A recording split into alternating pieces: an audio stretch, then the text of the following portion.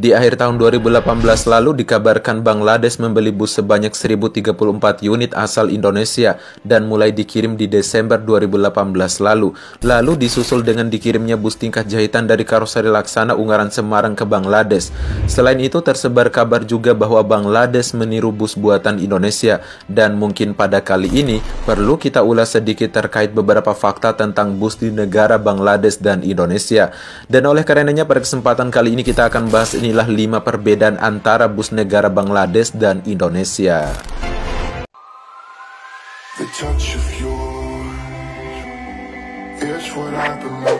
Tata tertib. Di awal bahasan kita terkait tata tertib seperti perilaku di jalan raya, jadwal keberangkatan, dan lain sebagainya. Menurut Bank Dunia ada 60 perusahaan otobus di negara Bangladesh, tapi pengemudinya tidak selalu mengikuti trayek ataupun jalur yang sudah ditetapkan jadwal-jadwal keberangkatannya. Pokoknya jadwal bisa diatur sesuka-suka mereka saja. Hal ini tentunya berbeda banget dengan negara Indonesia. Kalau kalian sering menggunakan bus antar kota dalam provinsi atau antar kota antar provinsi di Indonesia, pasti jadwal keberangkatan busnya cenderung tetap atau biaya perjalanan juga sudah ditetapkan seragam untuk kelas yang sama bagi setiap penumpang oleh perusahaan otobus itu sendiri. Tapi penumpang di Bangladesh akan dikenakan biaya yang cenderung berbeda-beda tergantung dari Anda. Apakah Anda jago tawar-menawar atau tidak? Kalau kalian jago tawar-menawar, kalian akan mendapatkan biaya perjalanan yang murah. Yang membuat kota ini semakin parah adalah pengusaha perusahaan otobus rata-rata pemilik partai politik yang berkuasa ataupun serikat buruh yang kuat. Belum lagi dengan perilaku petugas yang tidak peduli dengan surat angkutan SIM ataupun izin kendaraan yang sudah kadaluarsa. Kalau busnya masih bisa jalan ataupun masih bisa melaju di atas jalan raya, artinya masih bisa beroperasi, guys.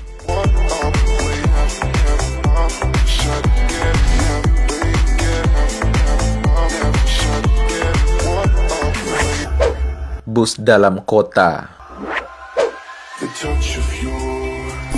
Selanjutnya terkait bus dalam kota, kita ambil saja contohnya kota Dhaka, Bangladesh dan kota Jakarta. Bangladesh memiliki bus dalam kota yang sangat memprihatinkan. Bagaimana tidak, bus-bus dalam kota tersebut memiliki kondisi yang sangat jauh di bawah kelayakan.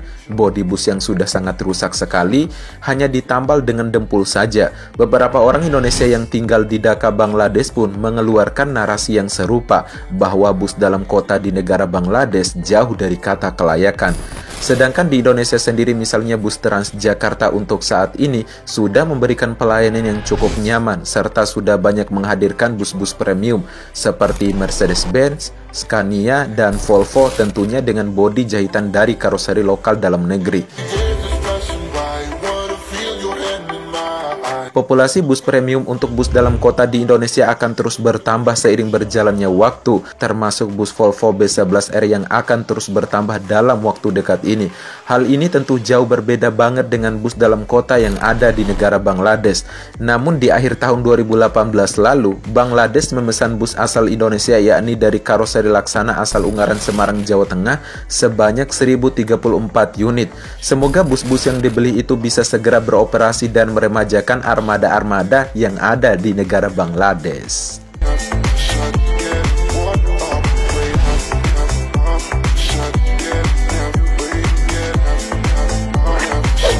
Supir dan kecepatan.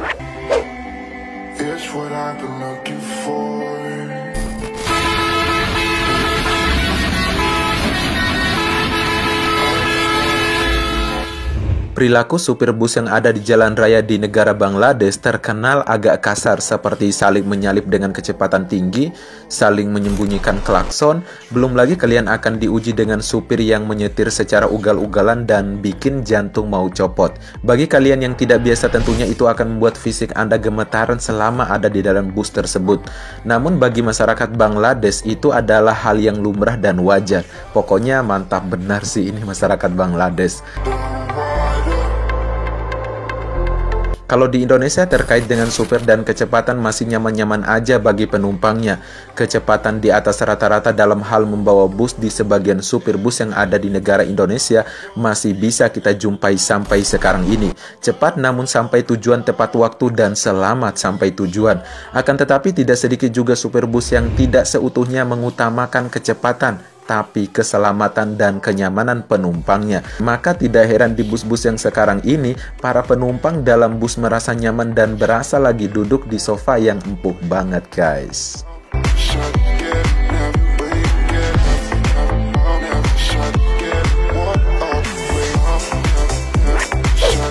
Jarak tempuh. Bangladesh sebagai negara dengan luas wilayah 148.460 km persegi tentunya membutuhkan waktu yang lumayan lama untuk mengakses dari suatu daerah ke daerah lainnya di Bangladesh. Namun faktanya kebanyakan bus di sana melayani rute-rute pendek saja, terutama daerah-daerah yang ramai ataupun yang berpotensi banyak penumpangnya. Warga di sana mengaku susah mengakses transportasi umum untuk daerah pedalaman, maka tidak heran sekalinya jalan seperti bus ataupun kereta api pasti melebihi kapasitas penumpangnya. Selain itu, karena susahnya akses ke kota, membuat beberapa masyarakat Bangladesh harus merantau dan tinggal di pinggiran kota guna untuk mencari rezeki.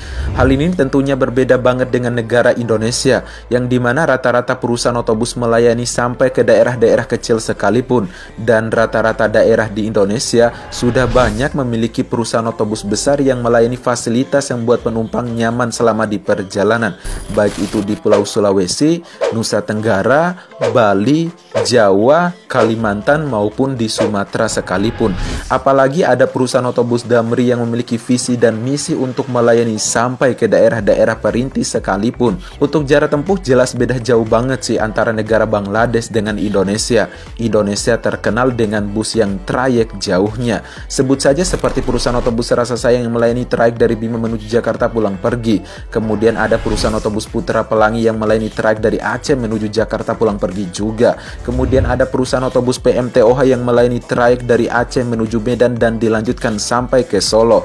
Kemudian ada pula yang paling jauh, yaitu perusahaan otobus antar lintas Sumatera yang melayani trayek dari Medan menuju Jember dengan waktu perjalanan kurang lebih 90 jam perjalanan.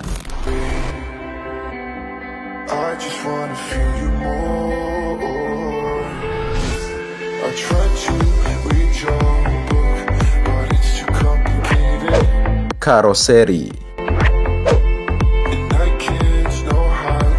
Bangladesh dan Indonesia memang memiliki masing-masing karoseri lokal dalam pembuatan balutan bodi busnya.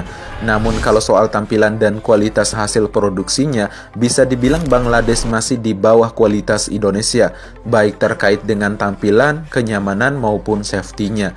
Hal itu terbukti di mana Bangladesh sampai membeli bus dari Indonesia tepatnya pada tahun 2018 lalu sebanyak 1034 unit dan mulai didistribusikan sejak Desember 2018 lalu.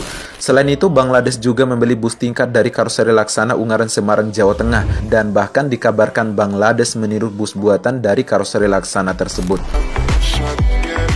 Bapak Weri Yulianto selaku bagian ekspor manajer karoseri Laksana juga menanggapi terkait adanya karoseri yang memakai nama Laksana dan Legasi di Bangladesh. Pak Weri menambahkan bahwa Laksana masih melakukan kolaborasi dengan partner di Bangladesh mengenai penggunaan logo Laksana di sana.